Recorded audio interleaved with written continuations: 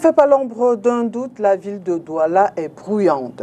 Au klaxon de moto, vrombissement de moteurs de multiples types de voitures, s'ajoutent les bruits des bars, discothèques, snacks, sans oublier les choristes et les voix de stentor des pasteurs des églises dites de réveil. Nos cités sont-elles devenues tapageuses? On en parle dans un instant.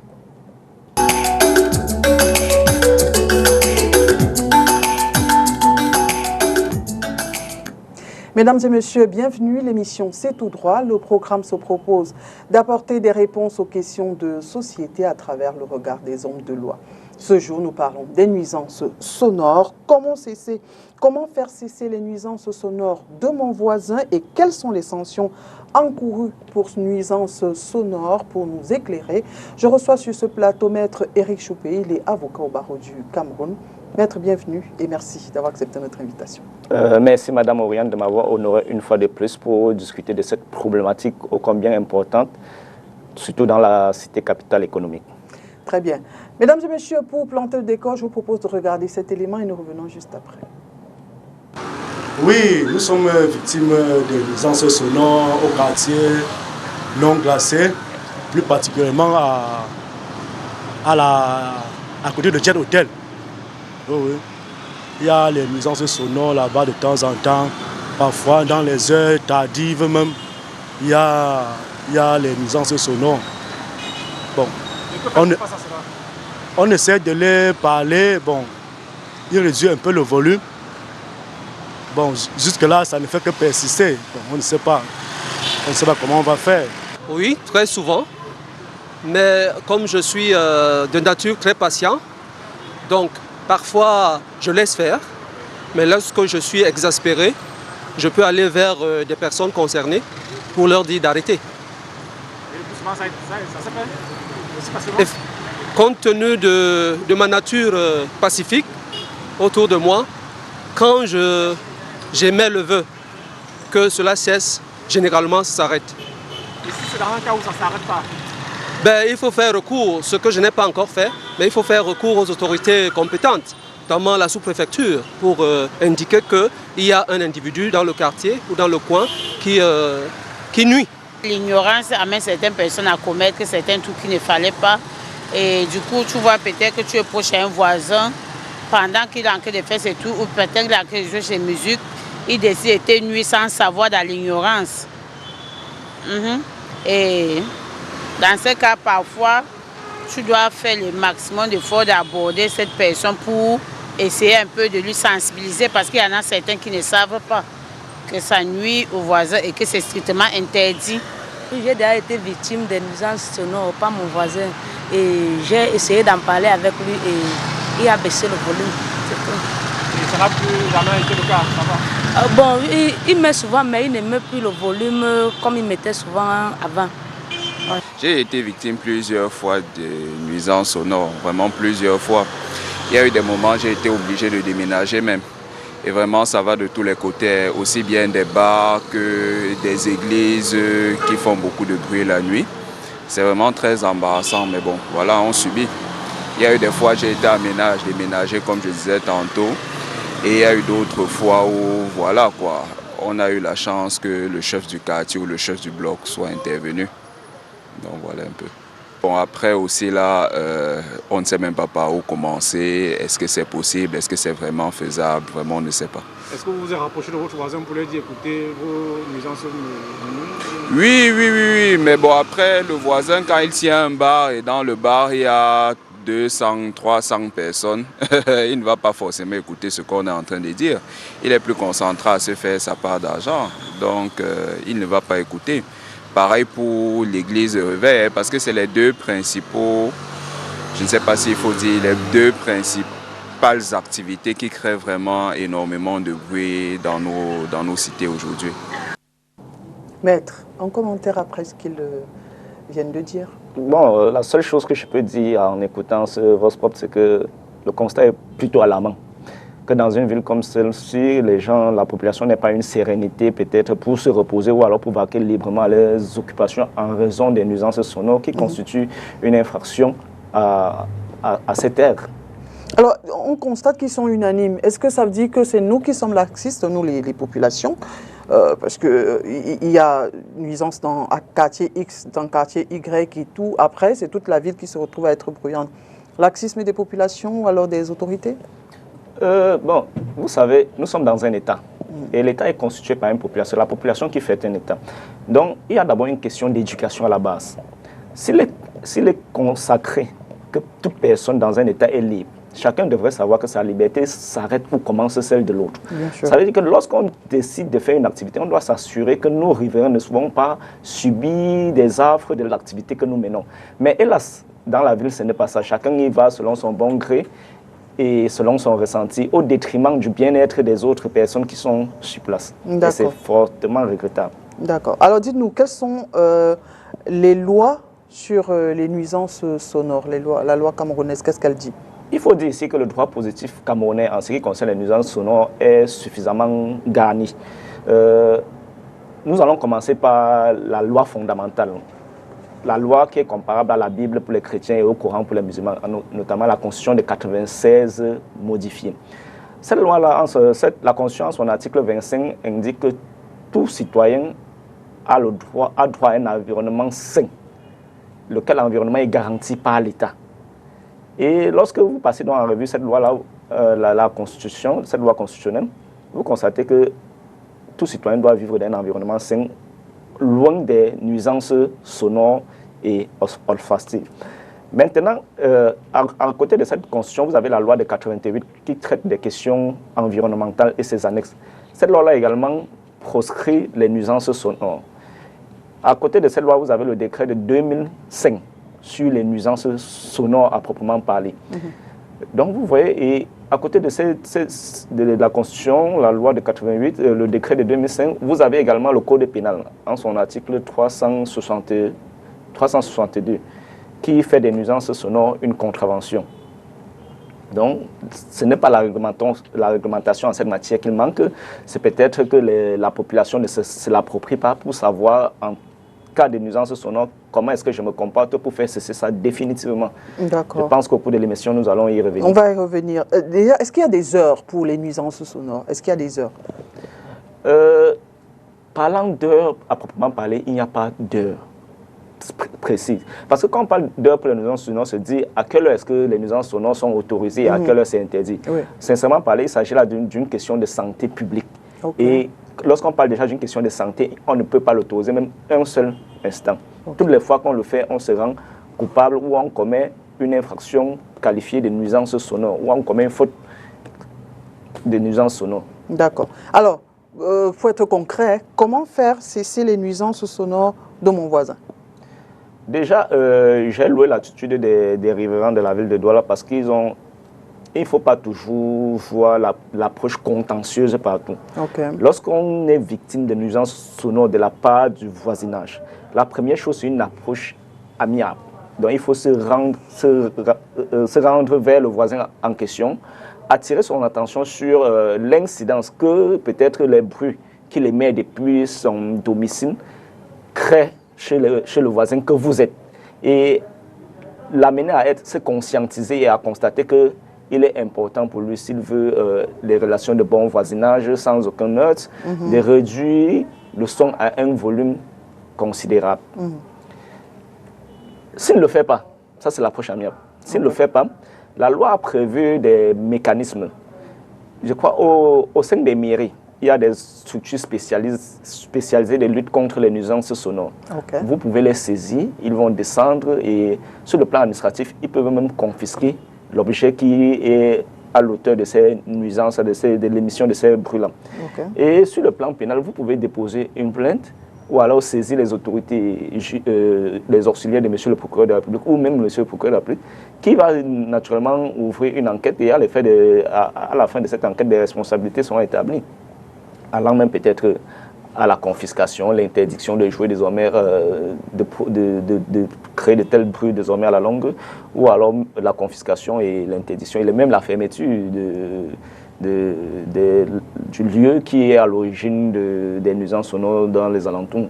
Alors, est-ce qu'ici c'est spécifié, je veux dire, mon voisin, il peut juste être, c'est une maison d'habitation, ou alors le voisinage, ça peut être une boîte de nuit ou un bar. Est-ce que c'est spécifié ou c'est la même sanction pour tout le monde?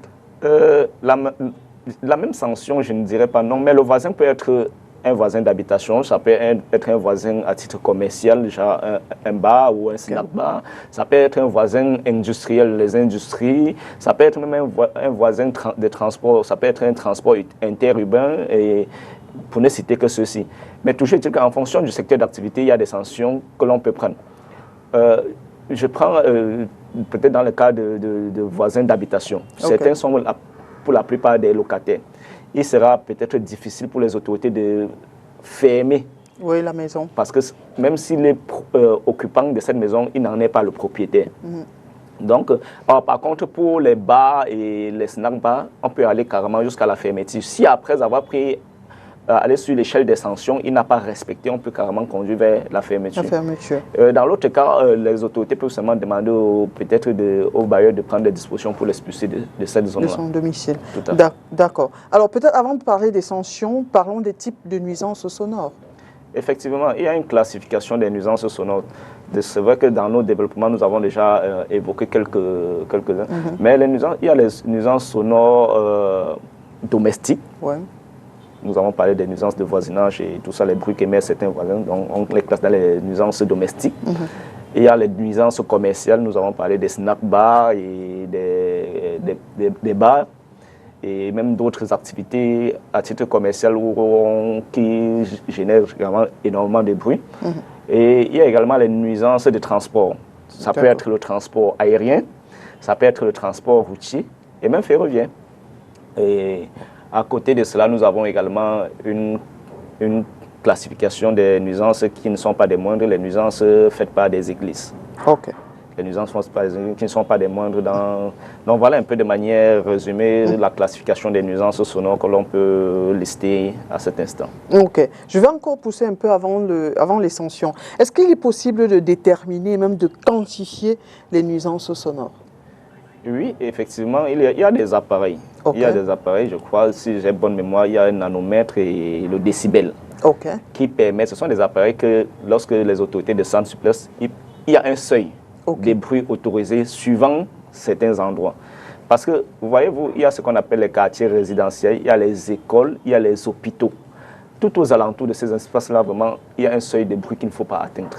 Donc, lorsque quelqu'un se livre à des bruits vraiment assourdissants, et qui a des effets dommageables sur ces voisinages, ils interpellent les autorités qui vont descendre avec ces appareils-là et mesurer. Et voici, parce que généralement, il y a des heures. Certaines personnes le font de nuit, d'autres le font de jour. Les autorités vont prendre les dispositions conformément en respectant les lois en vigueur. Et avec les appareils, ils vont vous dire si le seuil autorisé est largement dépassé ou pas. Alors, maître, vous êtes quand même aussi un acteur de la société, vous êtes un observateur. À l'hôpital général de Douala, ici, quand je regarde bien, il y a des snacks et même des églises. Est-ce que ça veut dire que tout va bien? Ils respectent la loi ou quand nous tous on sait qu'en passant à 16 heures, à certaines heures là-bas, ça fait beaucoup de bruit. Est-ce que c'est vraiment, est-ce que c'est pas plutôt le laxisme comme on disait tout au début de cette émission? Vous savez, l'hôpital général, c'est l'un des hôpitaux de référence de la ville de Douala. Je ne dirais pas que les autorités ne font pas le travail qu'ils font pour peut-être amenuire ces activités-là ou les amener à réduire le bruit de manière considérable. C'est vrai que moi-même, pour être allé à l'hôpital général plus d'une fois, j'ai pu constater qu'il y avait des commerces, des églises tout autour. Je n'ai pas eu peut-être, je ne sais pas si je vais appeler ça le malheur, de pouvoir assister au bruit qu'ils émettent à une certaine heure. Ça veut dire que vous êtes passé en journée. Oui, je préfère estimer que de nuit, ils ne font pas suffisamment de bruit. Même s'ils le faisaient, il serait de la responsabilité du directeur de l'hôpital général de saisir le maire de la ville ou alors la sous-préfecture concernée. Et au besoin même le procureur de la République pour que des actions soient faites pour éradiquer définitivement ces bruits-là. Parce que les patients ont besoin de calme pour pouvoir recouvrer leur état de santé. D'accord. Vous avez parlé tout à l'heure du facteur olfactique. Alors, est-ce que les odeurs aussi font partie des nuisances sonores? les odeurs ne sont pas des moindres. D'ailleurs, lorsque vous prenez le décret de 2005 dont j'ai fait allusion sur les nuisances sonores, je crois qu'on parle là des nuisances sonores et olfactiques. Les odeurs, c'est beaucoup plus lié à l'odorat. Ce sont des nuisances non moins négligeables parce que cela rend l'être humain malade. Et ces odeurs-là peuvent être le fait d'un voisin, d'une industrie ou même d'une société de transport. Et dans ce cas, le process pour faire cesser ça est le même que s'il s'agissait des nuisances sonores. D'accord, d'accord. Bon, j'imagine que ce sont juste les odeurs nauséabondes. Parce que si mon voisin fait à manger, le fumet vient me retrouver chez moi alors que j'ai faim, je ne peux pas aller me plaindre. Non, vous savez, vous pouvez vous plaindre. L'objectif, ce n'est pas de l'interdire de faire à manger, mais de respecter au moins certaines règles de sécurité en cette matière. Il y a certaines pratiques de cuisson que certaines personnes utilisent.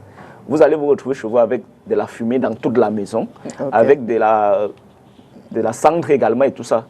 Vous êtes en insécurité, vous allez tomber malade, vous allez mourir. Vous ne voulez pas l'empêcher de manger, mais qu'ils prennent des dispositions pour cuire suivant des normes qui conviennent au cadre dans lequel vous vous trouvez. D'accord, merci beaucoup, maître. Alors, parlons des sanctions à présent. Quelles sont les sanctions encourues pour les nuisances sonores ou alors les pollutions sonores? Les sanctions sont... Il y a une bagatelle de sanctions. Déjà, lorsque vous êtes reconnu coupable de nuisances sonores, vous pouvez être condamné à une amende. Hormis l'amende, il y a ce qu'on appelle... on peut procéder à la confiscation de l'objet auteur des nuisances. On peut même procéder à la destruction de cet objet-là.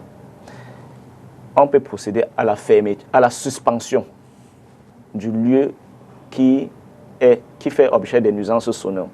Et la sanction ultime, en plus des amendes, confiscation et interdiction, c'est la fermeture carrément du lieu qui est à l'origine des nuisances sonores dans le voisinage. Vous avez parlé tout à l'heure du pénal. Est-ce que ça veut dire que par nuisance sonore, on peut se retrouver en prison? Non, je dirais non, parce que tout à l'heure, quand je vous ai parlé du volet pénal, je vous ai dit qu'il s'agissait d'une infraction. Et plus loin, j'ai indiqué qu'il s'agissait plutôt d'une... Parce que dans les infractions, on a 3 classifications. On a les crimes, les délits. Crimes et délits, vous pouvez vous retrouver en prison, mais les contraventions sont sanctionnées beaucoup plus par des paiements de sommes d'argent. Et la réparation éventuelle du préjudice que vous avez causé peut-être à la partie adverse. D'accord.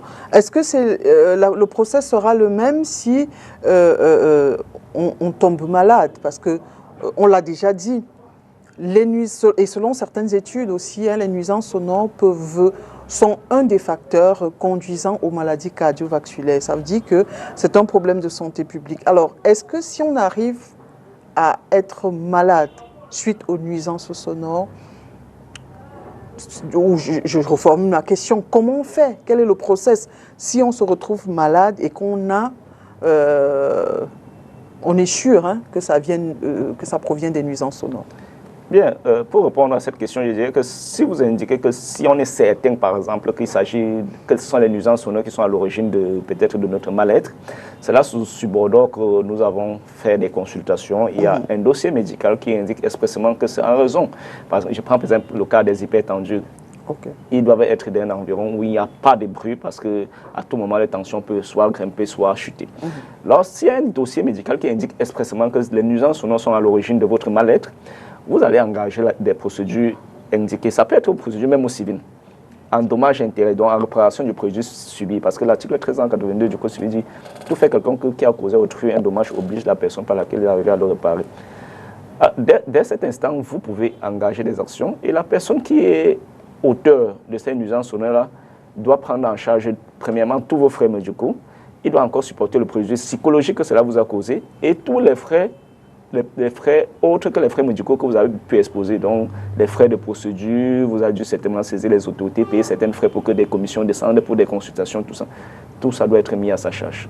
D'accord. On a parlé des snacks, des bars, des motos, on n'a pas parlé des églises dites de réveil.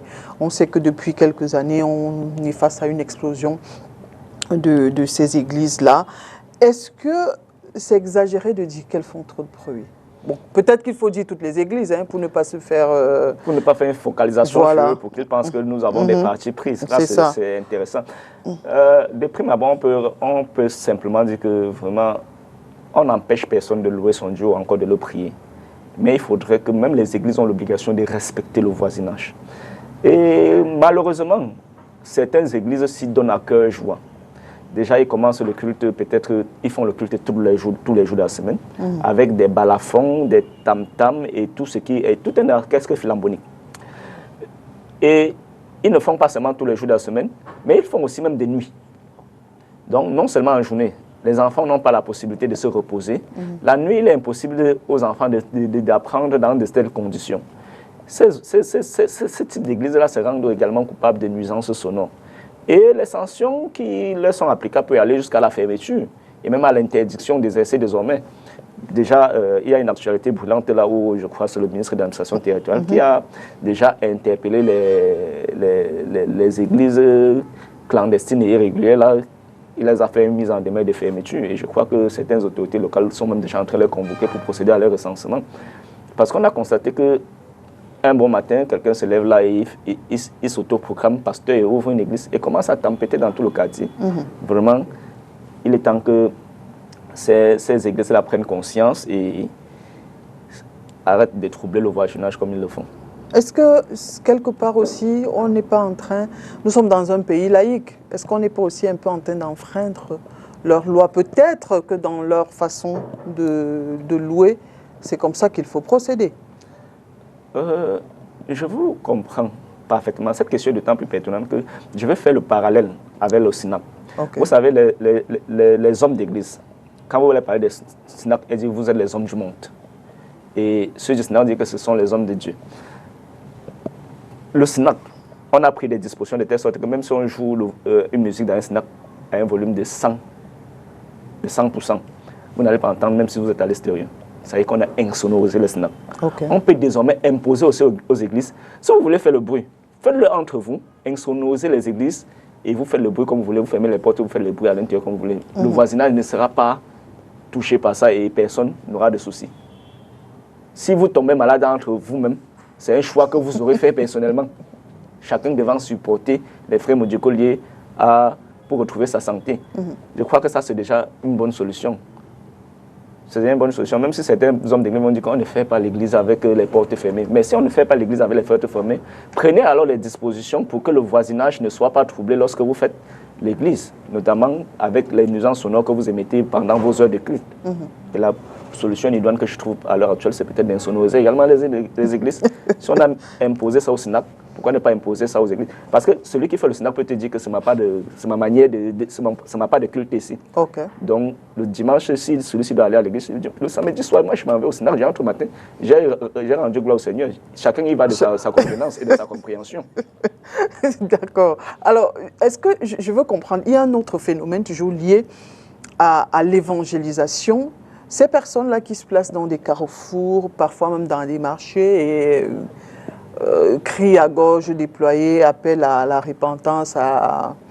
Est-ce qu'ici aussi, sachant déjà, je prends l'exemple du marché, sachant que le marché il est déjà bruyant, est-ce que ces personnes-là, on peut aussi estimer que, en plus du bruit du marché, elles font des autres? Vous n'avez même pas estimé. Ce sont des personnes qui pensent que liberté égale libertinage. Okay. Si vous les interpellez, dans la plupart du temps, ils n'ont même pas d'autorisation pour se retrouver là-bas. Ils pensent qu'ils peuvent se lever un matin, aller sur la voie publique et commencer à scander n'importe quoi.